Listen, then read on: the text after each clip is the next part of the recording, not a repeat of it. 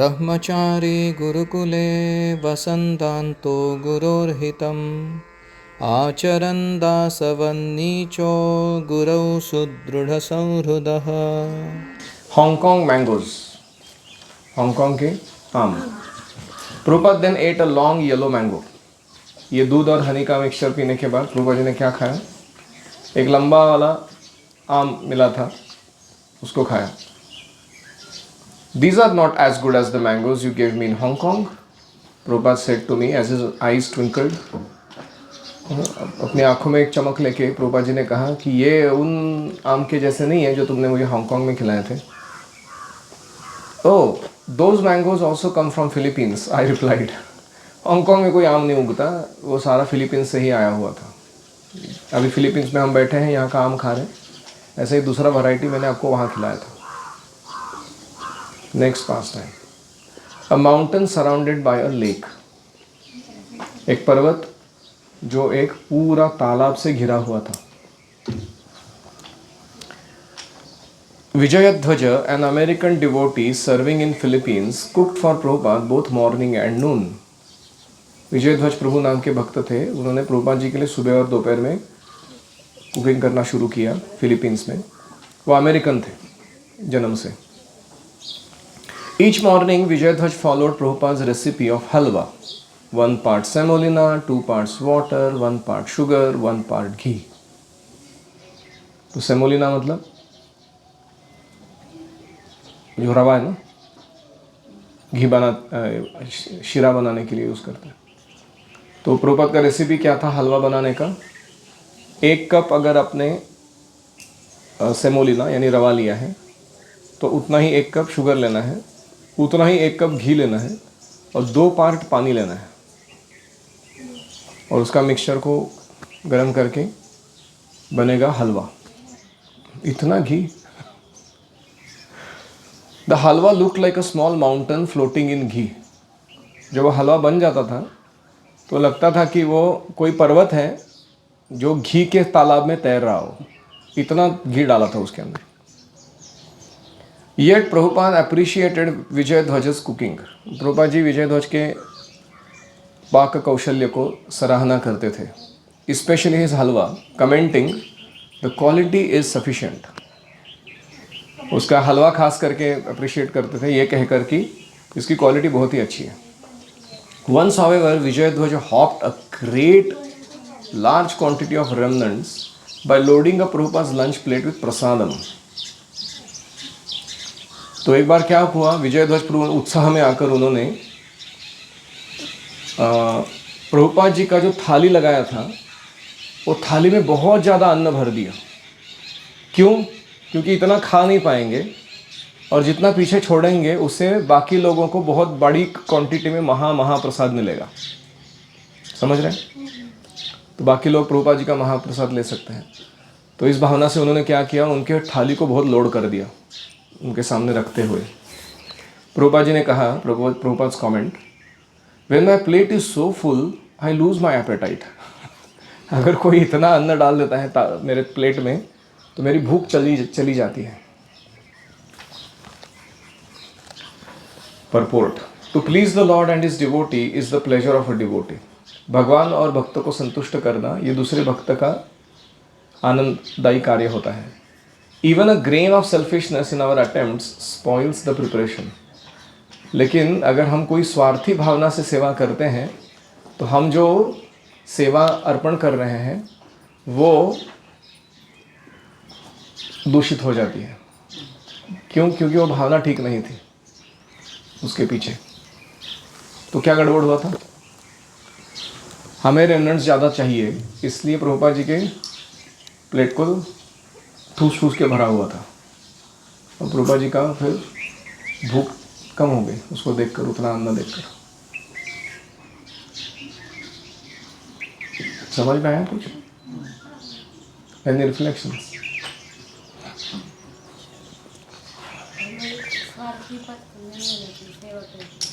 सेवा के समय स्वार्थी नहीं बनना चाहिए।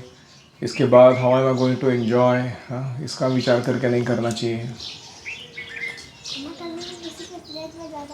करेक्ट, किसी के भी प्लेट पे ज़्यादा खाना डालना नहीं चाहिए। जो जितना उसको खाने आता है और जितना ज़रूरत का है उतना ही डालना चाहिए। कभी कभी सर्वर लोग हैं ना, वो ऐसे यमदूत जैसे काम करते हैं वो। उनको बहुत ऐसा मज़ा आता है कि अभी मेरे कंट्रोल में है इस भक्त का जीवन, मैं जितना डालूंगा प्लेट में बेचारे को खाना पड़ेगा अभी। तो अगर सब्जी बनी है तो सब्जी ज़्यादा डाल दो।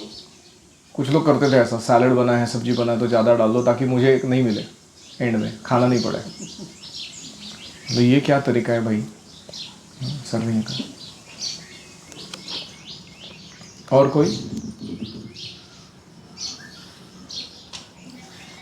आती खाना देखने से भी कभी कभी भूख चली जाती है। So we should be very careful to give in a considerate amount, slowly, little by little. फिर वो और एक्स्ट्रा खाता है वो अच्छे से, अच्छा लगा तो। और कोई? क्वेश्चन था, हमको पता होता है कि हम कृष्ण की संतुष्टि के लिए कर रहे हैं, लेकिन सेवा करते टाइम ऐसे क्यों लगता है कि हमारा भी कुछ नहीं होना चाहिए? हमें पता है कि हम कृष्ण की संतुष्टि के लिए कर रहे हैं, लेकिन सेवा करते करते बीच में वापस भोग भावना ऊपर आ जाती है। ऐसा क्यों है?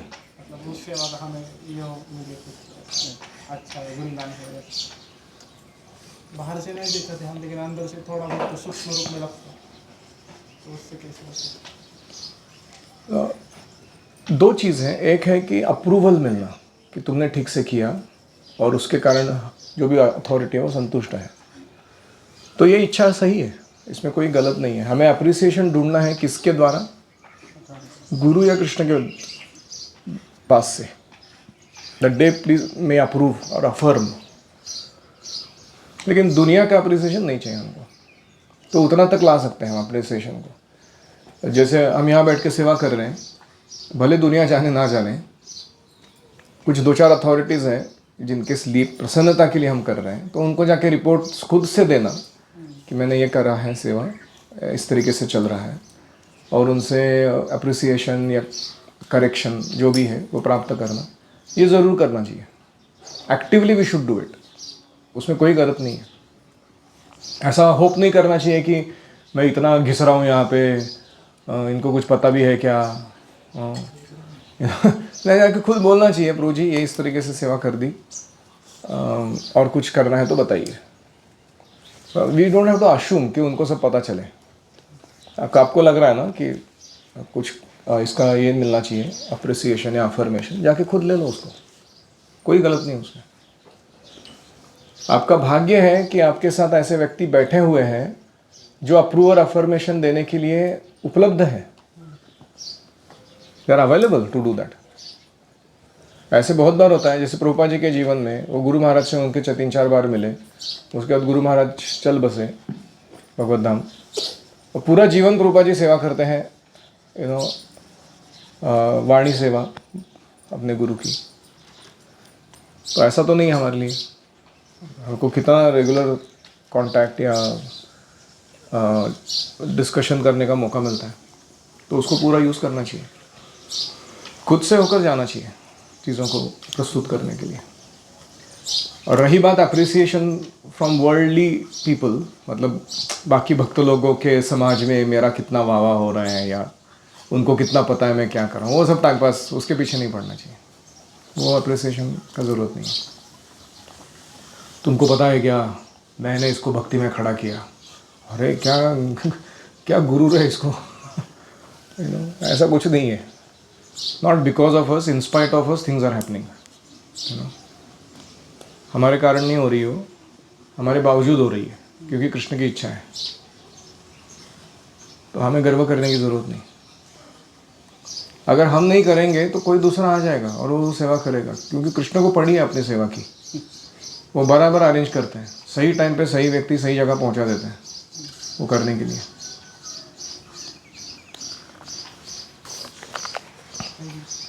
ये भावना हमेशा रखना मन में कि कृष्ण को या गुरु को मेरी ज़रूरत नहीं है, इससे हमारा स्वार्थ कम होगा।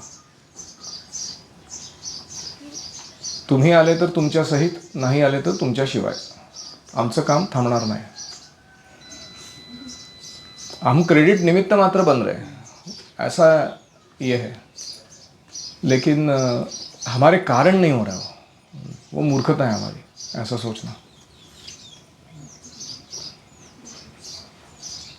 कभी कभी अगर हम नहीं करते थे वो सेवा ना, तो वो ब्लॉकेज निकल जाता, दूसरा कोई क्वालिफाइड व्यक्ति हमसे ज़्यादा अच्छी सेवा करता था उस जगह पे बैठ के।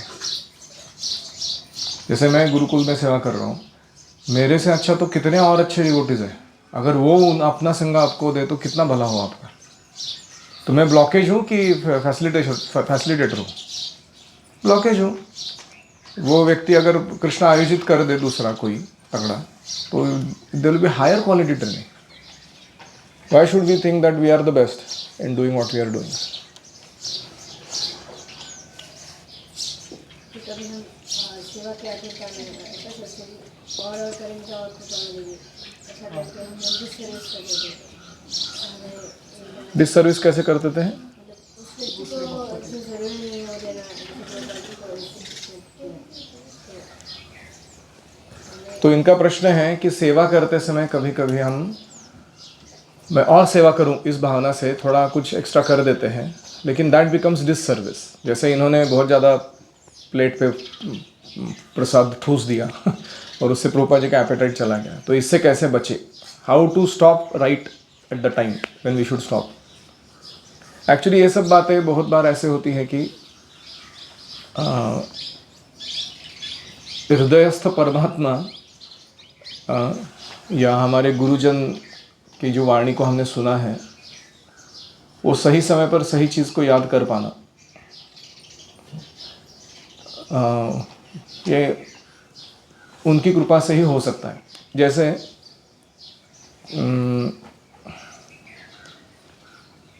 व्यासदेव को पता नहीं चल रहा था कि मैं लिखना बंद करूं अभी, कि मैंने किसी विशिष्ट टाइप का लेखन कार्य नहीं किया है, उसको जारी रखूं। तो तुरंत नारद मुनि आ गए, उन्होंने बता दिया भैया ऐसे इस दिशा में जाना है, कृष्ण का गुणगान कीजिए, आप भागवतम लिखिए। तो जैसे ही वो क्वेरी उत्पन्न होती है हृदय में, अगर हमने अच्छे से साधना की है, शुद्धता बनाए रखी है, सेवा बहुत प्रेम से किया है, तो अपने आप वो राइट इंस्पिरेशन उस समय हृदय में आता है। अगर नहीं आता है तो फ़ोन लगा के पूछ सकते हैं किसी को, जनरली आता है। तेषां सतत युक्तानां भजतां प्रीतिपूर्वकं ददामि बुद्धि योगम तम ये न माम पुयांति ते। कृष्ण सही इनपुट देता है उस व्यक्ति को, क्योंकि उसकी प्रामाणिकता है हृदय में। तो मेरे को गुरुजन ध्रुव का क्या अच्छा लगता है, वो छोटे छोटे इंसिडेंट्स को देख रहे हैं, उनके साथ जो चल रहे हो। किसी भक्त ने एक्स्ट्रा प्रसाद सर्व कर दिया, प्रभुपाद जी ने कहा कि मेरे एपेटाइट चला जाता है, अभी इसमें से कितना परपोर्ट निकाल रहे हो अपने जीवन के लिए, that we should not serve with selfish mood. So this is what is sincerity. Yes. एक और क्वेश्चन था जी, आपने कहा कि हमको समझना चाहिए कि गुरु कृष्ण की को मेरी ज़रूरत नहीं है, तो मैं ऐसा समझे कि मैं उनके लिए बोझ न रहूँ, वैसे व्यक्ति ठीक है? क्या मैं गुरु और कृष्ण के ऊपर बोझ हूँ क्योंकि उनको मेरे सेवा की ज़रूरत नहीं है, और मैं जो अभी कर पा रहा हूँ वो सहन कर रहे हो। I am not doing service, I am doing something and calling it as service, and there are better people available to do what I am doing. तो इसके कारण क्या मैं कृष्ण और गुरु पर बोझ हूँ ऐसे मानना चाहिए? हाँ, मानना चाहिए। You should always think that I am acting like a burden right now instead of soldering the burden. तो उससे हम विनम्र बने रहेंगे। और इसका मतलब ये नहीं कि मैं बोझ बन रहा हूँ तो मैं छोड़ के चला जाता हूँ। क्यों बोझ बनूँ मैं किसी के ऊपर? ये नॉनसेंस नहीं है। बोझ बनने का मतलब है कि कभी कभी हम योग्य व्यक्ति नहीं होने के बावजूद भी हमें उस पोजीशन पर रखा गया है कृष्ण ने कृपा देकर, ताकि हम कुछ सीखें, आगे बढ़ें, शुद्धता बढ़ाएं। ये भावना से काम कर रहे हैं। Because I am a burden I will leave the place. This is another trick of Maya to kick you out of Krishna's shelter. तो ये सही नहीं है। बोझ न बनने का प्रयास करना चाहिए, लेकिन ये वास्तविकता है कि we are not the right and the best people to serve Krishna. जैसे हम कुकिंग कर रहे हैं भगवान के लिए, do you think Krishna lacks any good prasadam to eat? Yashoda मैया, राधा रानी जैसे लोग अगर कृष्णा के लिए कुकिंग कर रहे हैं, हमारा कुकिंग किस खेत की गाजर मूली है ना, मतलब क्या कचरा खिला रहे हैं हम लोग देखा जाए तो। डालडा, घी, हमारे इधर का बहुलोक का जो भी थर्ड क्लास क्वालिटी का मिलता है उससे बना के हम खिला रहे हैं कृष्णा को। वेयर इज यशोदा मैया जो गैयों का पद्मगंधा घास खिला के दूध निकाल के उस दूध को दूसरे गाय को पिला के उस गाय का दूध से फिर वो चर्न करके बटर बना दिया। मतलब वो कृष्ण का ये है एंजॉयमेंट लेवल। हम लोग हम ये क्या बना के खिला रहे हैं भगवान को, हमारे गाय को क्या खिला रहे हैं हम लोग। पद्मगंधा है हमारे पास खिलाने के लिए, हमको तो हरा घास लाने के लिए इतना तकलीफ होता है कभी कभी। तो we should not think like that कि I am the very qualified fellow to serve Krishna. हमको ऐसा सोचना चाहिए कि औकात नहीं है हमारा, लेकिन गुरु ने कृपा दिखाई है इसलिए कृष्ण ने स्वीकार करके रखा है कि ठीक है भैया जा खिला, क्या खिलाना है तेरे को, खा लेता हूँ। तो ऐसे कृष्ण खा रहे हैं। तो फिर गर्व होने का कारण नहीं होगा। तो 3-4 things we discussed. One is that if we are sincere we will get right inspiration, हम स्वार्थी नहीं बनेंगे। दूसरा हमने देखा कि